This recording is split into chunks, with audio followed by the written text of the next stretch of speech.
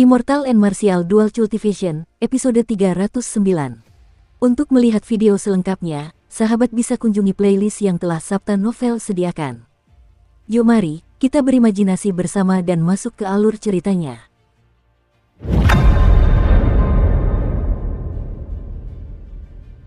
Melihat Chen Xiao yang tersenyum di udara membuat si Tugang ketakutan. Ia hendak bergegas keluar untuk meminta maaf. Namun, ia sepertinya teringat sesuatu. Begitu separuh tubuhnya keluar dari air, ia langsung tenggelam kembali ke danau. Penampilan si Tugang saat ini agak menggelikan. Setelah beberapa kali terlempar ke dalam air hari ini, hatinya pasti mulai merasa cemas.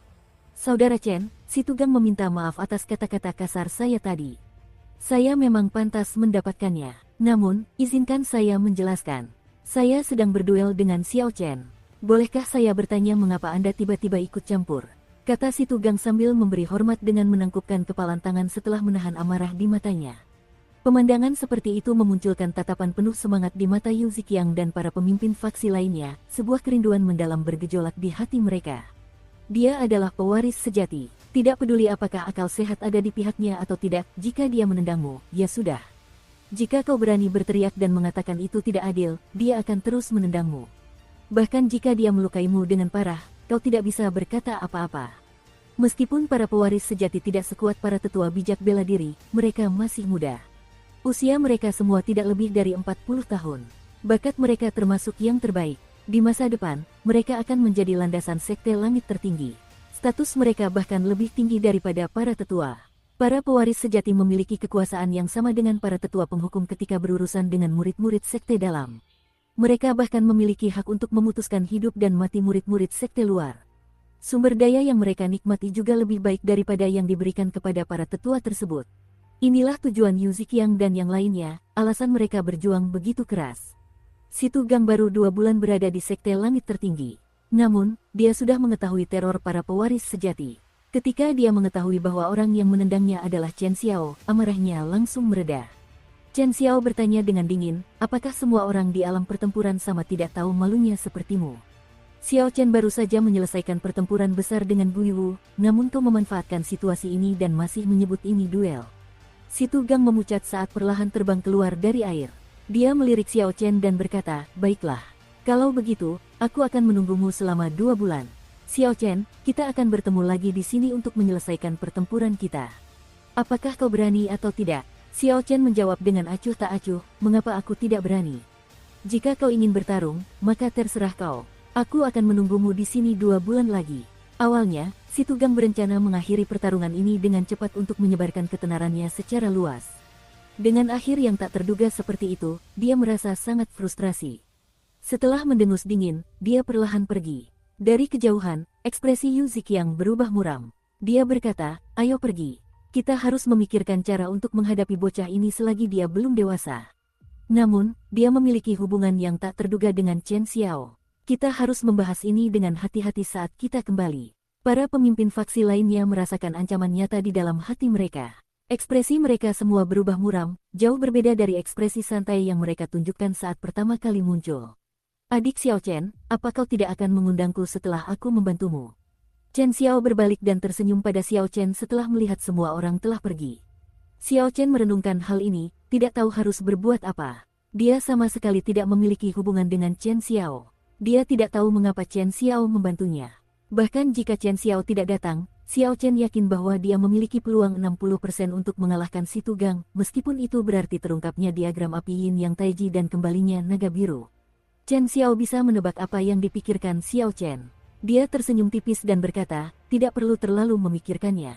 Seseorang memintaku untuk menyampaikan sesuatu kepadamu. Membantumu hanyalah masalah kemudahan. Xiao Chen merasa semakin curiga. Namun, ia hanya bisa menepis kecurigaannya dan mengundang Chen Xiao ke halaman rumahnya. Chen Xiao menyesap teh yang diseduh Xiao Chen untuknya. Kemudian, dia mengeluarkan botol giok dan kotak brokat. Dia berkata, kotak brokat ini berisi sebatang rumput darah raja. Mengonsumsinya dapat memberikan sedikit garis keturunan raja kuno kepada seorang kultivator. Botol giok itu berisi setengah tetes sumsum naga, yang akan meresap ke dalam sumsum kultivator dan mengubahnya, memberikan kultivator 1/10 pertahanan tulang naga. Bahkan jika Anda menghabiskan beberapa puluh juta batu roh tingkat unggul, Anda akan kesulitan untuk membeli kedua benda ini. Sebuah gejolak besar mengguncang hati Xiao Chen. Mungkinkah kedua barang ini untukku? Haha, benar sekali. Kedua harta karun ini untukmu. Bahkan aku pun iri dengan barang-barang sekaliber ini. Chen Xiao tersenyum tipis. Dia tidak berbohong ketika mengatakan ini. Beberapa puluh juta batu roh tingkat unggul masih merupakan jumlah yang besar bagi pewaris sejati. Selain itu, kedua kekayaan alam ini akan sulit dinilai dalam hal batu roh.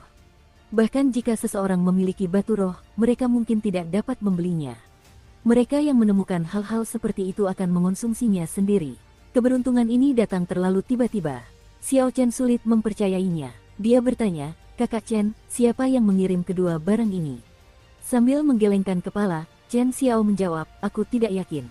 Kakak senior pertamaku diminta untuk menyampaikan ini kepadamu, dia, pada gilirannya, mempercayakan ini kepadaku.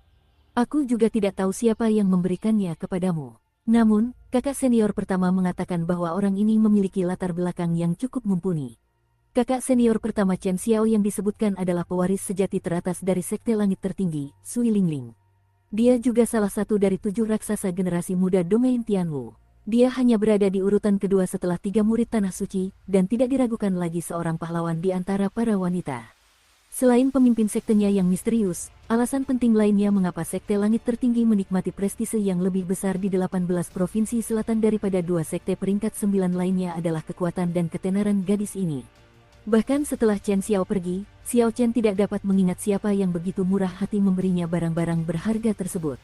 Dia tidak ingat pernah berinteraksi dengan siapapun dari alam Kunlun. Dia menyimpan botol giok dan kotak brokat di cincin semesta dan berkata pelan, "Tidak apa-apa, tidak ada gunanya terlalu banyak berpikir.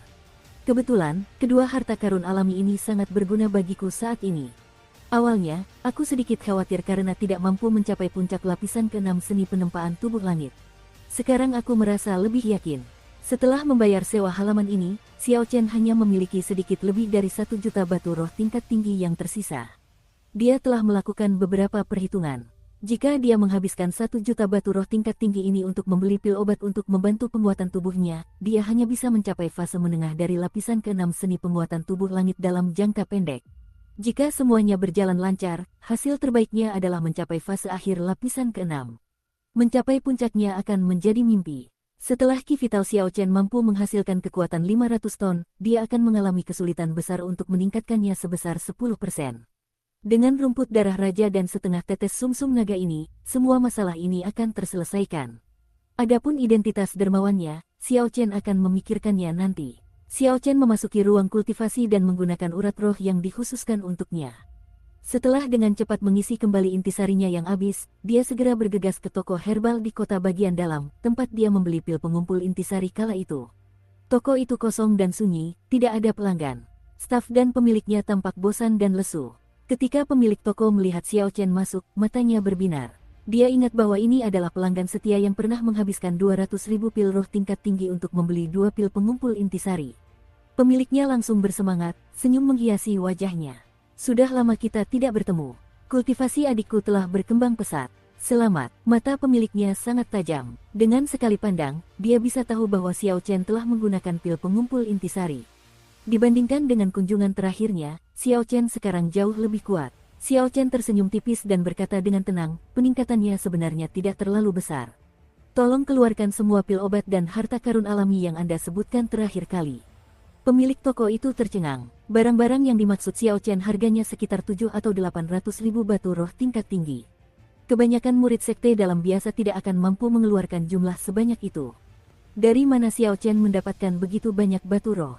Ada apa? Sudah habis terjual. Xiao Chen sedikit mengerutkan kening ketika melihat pemiliknya tidak bergerak.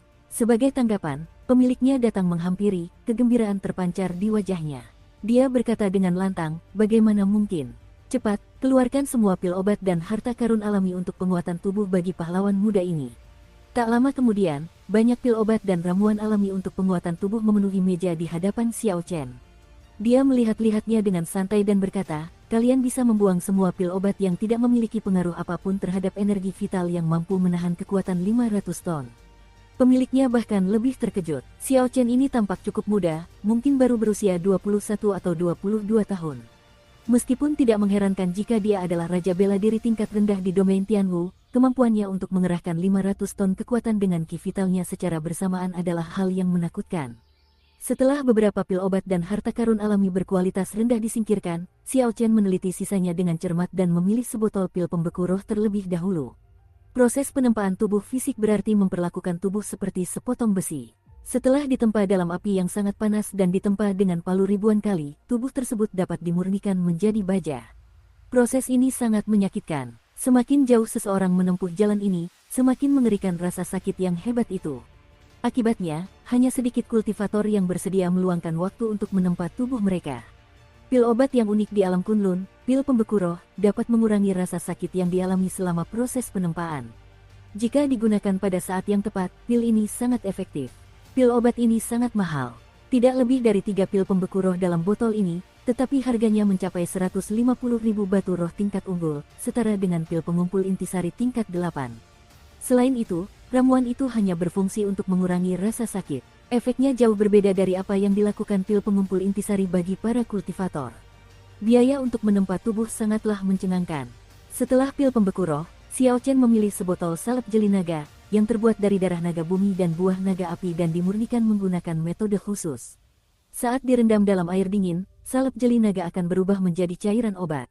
Ketika kultivator berendam di dalamnya, energi obat di dalamnya akan memberikan hasil 2 kali lipat dengan setengah usaha untuk penguatan tubuh. Ada banyak barang serupa lainnya, tetapi salep jeli naga adalah yang terbaik untuk kultivasi Xiao Chen. Setelah itu, Xiao Chen memilih pil pemurnian darah. Pil pemurnian darah memiliki kegunaan yang sama dengan rumput darah raja. Namun, efeknya sangat berbeda. Meskipun begitu, itu bukanlah masalah. Dia bisa meminum pil pemurnian darah sebelum meminum rumput darah raja. Akhirnya, Xiao Chen memetik bunga roh kuning, yang memiliki efek serupa dengan setengah tetes sumsum naga. Namun, karena yang terakhir diekstrak dari tulang naga purba, keduanya berada pada tingkatan yang sepenuhnya berbeda. Pemiliknya dengan gembira melakukan beberapa perhitungan. Kemudian, dia memberitahu Xiao Chen, secara keseluruhan, harganya 1.600.000 batu roh tingkat unggul. Namun, karena kamu adalah murid sekte dalam sekte langit tertinggi, kamu hanya perlu membayar setengahnya, sama seperti pil pengumpul intisari. Xiao Chen membereskan semua barang-barangnya lalu mengeluarkan 800.000 batu roh tingkat tinggi. Karena masih memiliki beberapa batu roh tersisa, dia tidak terburu-buru untuk pergi. Pemilik, apakah Anda tahu di mana saya bisa membeli cincin roh abadi di kota ini dan berapa harganya? Pemilik toko bergumam, cincin roh abadi, kau pasti bisa membelinya di lelang. Namun, harganya akan sangat mahal di sana. Jika kau ingin membelinya, kau bisa mempertimbangkan untuk pergi ke kota barat dan memeriksa jalan barang-barang serba ada di sana. Tempat itu bahkan menjual harta karun tak dikenal yang ditemukan orang-orang di Remnants. Mengenai harga, murid sekte dalam tidak mendapatkan diskon untuk barang-barang seperti itu. Yang mahal bisa berharga beberapa juta batu roh tingkat unggul. Yang lebih murah bisa berharga beberapa puluh ribu batu roh tingkat unggul. Semakin mahal cincin roh abadi, semakin besar kapasitasnya, tentu saja, semakin besar pula konsumsinya. Xiao Chen mendesah pelan karena terkejut. Dia berkata, apakah cincin roh abadi memiliki efek konsumsi? Pemiliknya mengelus janggutnya dan tersenyum. Tentu saja, kalau tidak, dari mana energi untuk membentuk alam kecil itu berasal? Hanya cincin roh abadi dari zaman abadi yang dapat mendaur ulang energinya sampai batas tertentu. Semua cincin roh abadi sekarang membutuhkan batu roh untuk perawatannya. Xiao Chen berpikir sejenak dan berkata, apakah batu spiritual tingkat menengah akan berhasil? Dia masih memiliki beberapa juta batu roh tingkat menengah, tetapi tidak tahu harus menggunakannya untuk apa. Jika dia bisa menggunakannya untuk cincin roh abadi, dia tidak perlu membuang-buangnya. Bisa, efeknya sama, hanya masalah seberapa banyak energi yang dibutuhkan. Setelah mendapatkan jawaban yang diinginkannya, Xiao Chen memberi hormat dengan menangkupkan kepalan tangan sebagai tanda terima kasih dan bersiap untuk pergi. Pada saat itu, pemiliknya sepertinya teringat sesuatu dan tiba-tiba memanggil untuk menghentikan Xiao Chen. Adikku, tunggu sebentar. Sebenarnya, aku punya cincin roh abadi. Dulu, ada seorang murid sekte dalam yang kekurangan batu roh. Jadi dia menggunakannya sebagai pembayaran. Energi di dalamnya sudah habis, tetapi ruang di dalamnya masih cukup besar, lebih dari 6.000 hektar. Xiao Chen menatap pemilik cincin itu dengan aneh. Kemudian, dia menerima cincin yang diberikan pemiliknya. Setelah melihatnya, dia menyalurkan indera spiritualnya ke dalam cincin itu. Xiao Chen hanya melihat kegelapan di dalam. Selain titik-titik cahaya yang sangat samar, dia tidak bisa melihat apapun. Garis-garis hitam tak bisa dihindari terbentuk di wajah Xiao Chen. Meskipun dia belum pernah melihat cincin roh abadi sebelumnya, benda ini jelas cacat, benda ini tidak akan bisa menipunya.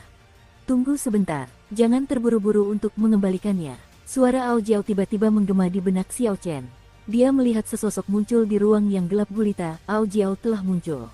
Cincin ini memiliki aura zaman keabadian yang kuat. Masukkan batu roh tingkat menengah Anda. Cobalah. Tanpa berkata apa-apa, Xiao Chen segera memasukkan 1 juta batu roh tingkat menengah. Kemudian, dia melihat hujan turun di ruang angkasa yang gelap gulita. Hujan itu memiliki cahaya redup, tampak sangat indah.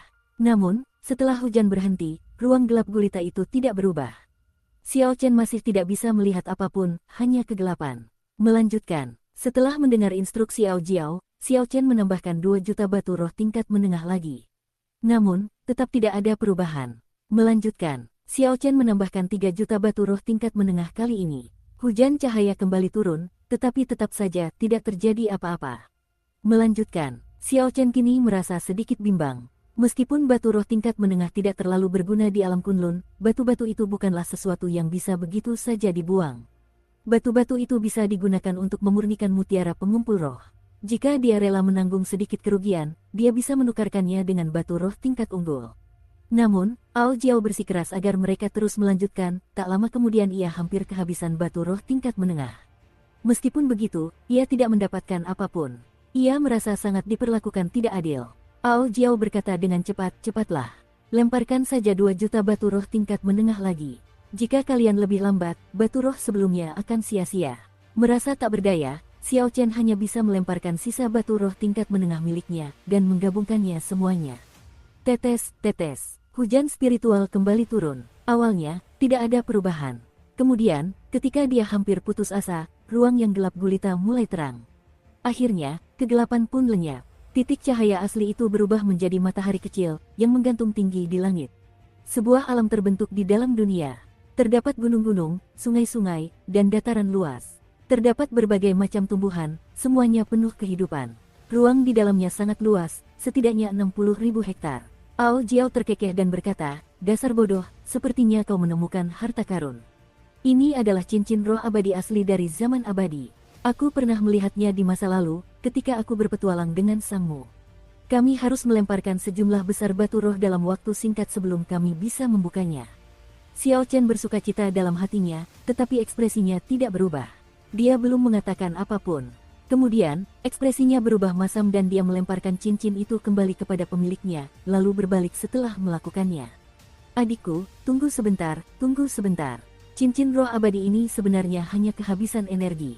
Kau hanya perlu memasukkan lebih banyak batu roh. Pemiliknya menarik Xiao Chen kembali, menolak untuk melepaskannya. Xiao Chen memutar matanya ke arah pemiliknya dan berkata, kau pikir aku bodoh? Cincin roh abadi ini jelas sudah rusak. Sama sekali tidak berguna. Pemiliknya terkekeh dan berkata, tidak masalah jika rusak. Bisa diperbaiki. Begini saja, saya akan menjualnya kepada Anda dengan harga murah, 100.000 batu roh kelas unggul. Melihat ekspresi Xiao Chen tidak berubah, pemilik toko menggertakkan giginya dan berkata, 80.000, baiklah, 50.000. Oke, harga akhir, 30.000. Xiao Chen berkata, aku akan membeli sebotol lagi pil pembeku roh, dan kau berikan cincin roh abadi ini secara cuma-cuma. Bagaimana menurutmu? Mata pemiliknya berputar-putar, pikirannya langsung mulai menghitung. Margin keuntungan dari pil pembeku roh sekitar 30.000 batu roh tingkat unggul.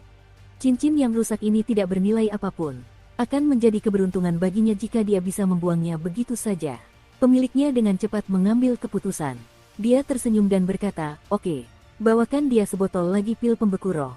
Xiao Chen mengeluarkan 150 batu roh tingkat tinggi, lalu menyimpan cincin roh abadi dan botol pil pembeku roh. Akhirnya, dia meninggalkan toko itu, menyembunyikan emosinya. Bos, bukankah cincin roh abadi itu temuan besar yang Anda dapatkan di jalan barang-barang tak terpakai? Bagaimana bisa Anda memberikannya secara cuma-cuma? Pemiliknya tertawa, apa kau tahu? Aku hanya membual. Sekelompok orang tua kolot di jalan barang-barang tak terpakai itu menipuku untuk membeli pernak-pernik itu. Aku membelinya seharga 10.000 batu roh tingkat unggul dan akhirnya menghabiskan 5 juta batu roh tingkat menengah untuk itu. Meskipun begitu, aku tidak berhasil membuka ruang di dalamnya. Aku sudah cukup beruntung bisa menimpali hal itu pada si idiot yang keras kepala itu. Setelah meninggalkan toko, Xiao Chen berjalan cukup lama sebelum menunjukkan ekspresi kegembiraan yang meluap-luap. Kemudian, dia mengenakan cincin roh abadi di tangannya, matanya berbinar-binar bahagia.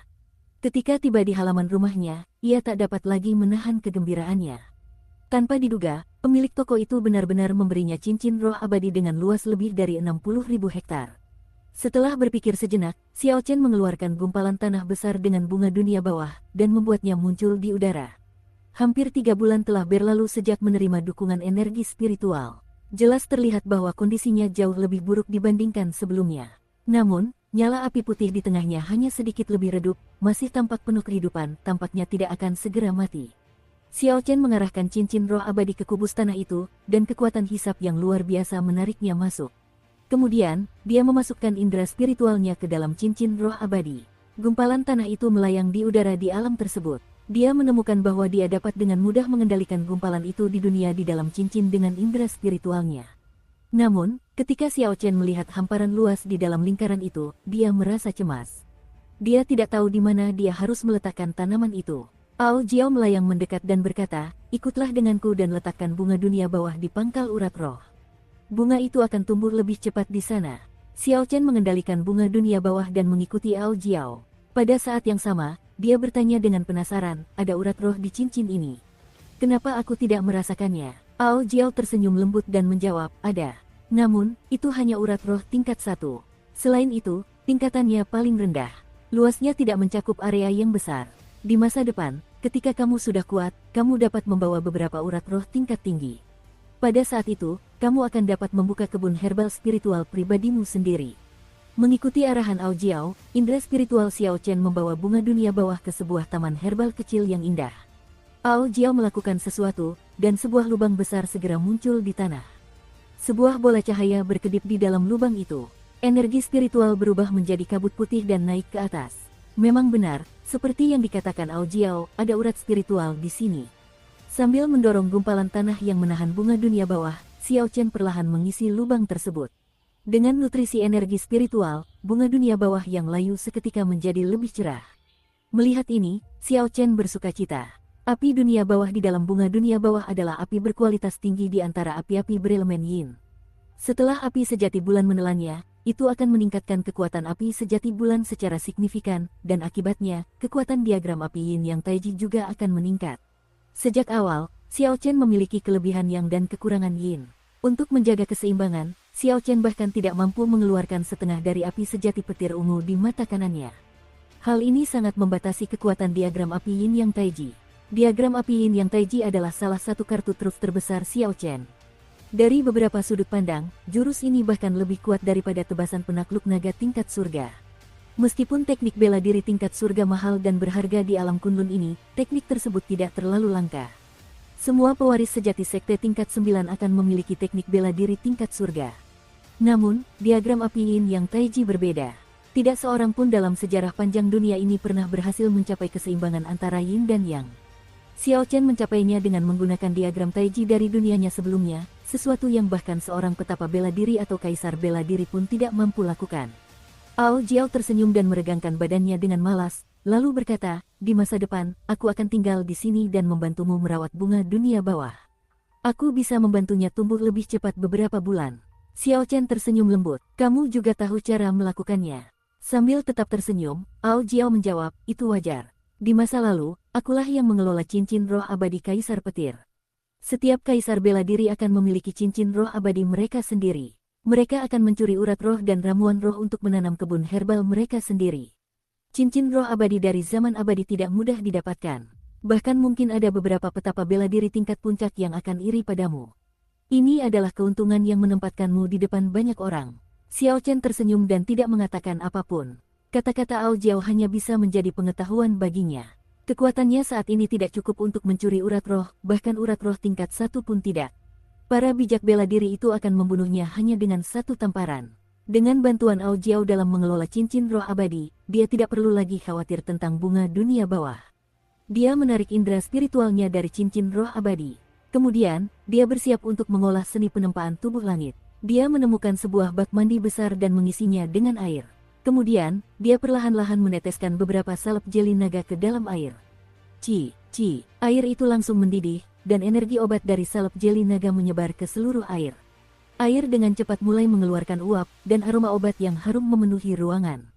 Xiao Chen mengamati air itu dengan saksama untuk beberapa saat sebelum berhenti menambahkan salep jeli naga. Tampaknya masih cukup untuk 2 dosis lagi. 100.000 batu roh tingkat unggul telah habis, begitu saja. Xiao Chen melepas pakaiannya dan bergumam, setelah menghabiskan begitu banyak batu roh untuk membeli salep jeli naga, kuharap ini ampuh. Dengan pil pembeku roh terjepit di antara giginya, Xiao Chen melangkah masuk ke dalam bak mandi. Kemudian, dia duduk bersila. Cairan obat itu mengalir ke tubuhnya melalui pori-porinya. Wajahnya memerah saat kehangatan menjalar ke seluruh tubuhnya. Kekokohan dan kekuatan tubuh fisiknya perlahan meningkat. Intisari dalam dantian Xiao Chen berhenti mengalir, semuanya menjadi sunyi. Kemudian, dia hanya mengalirkan ki vitalnya dan menggerakkannya ke seluruh tubuhnya, menyebarkan energi penyembuhan. Ci. Saat Xiao Chen mengalirkan ki vitalnya, sebuah palu baja seolah menghantam tulang, sumsum, darah, kulit, dan ototnya, seperti proses penempaan sepotong besi. Rasa sakit yang memilukan ini terasa sangat menyiksa.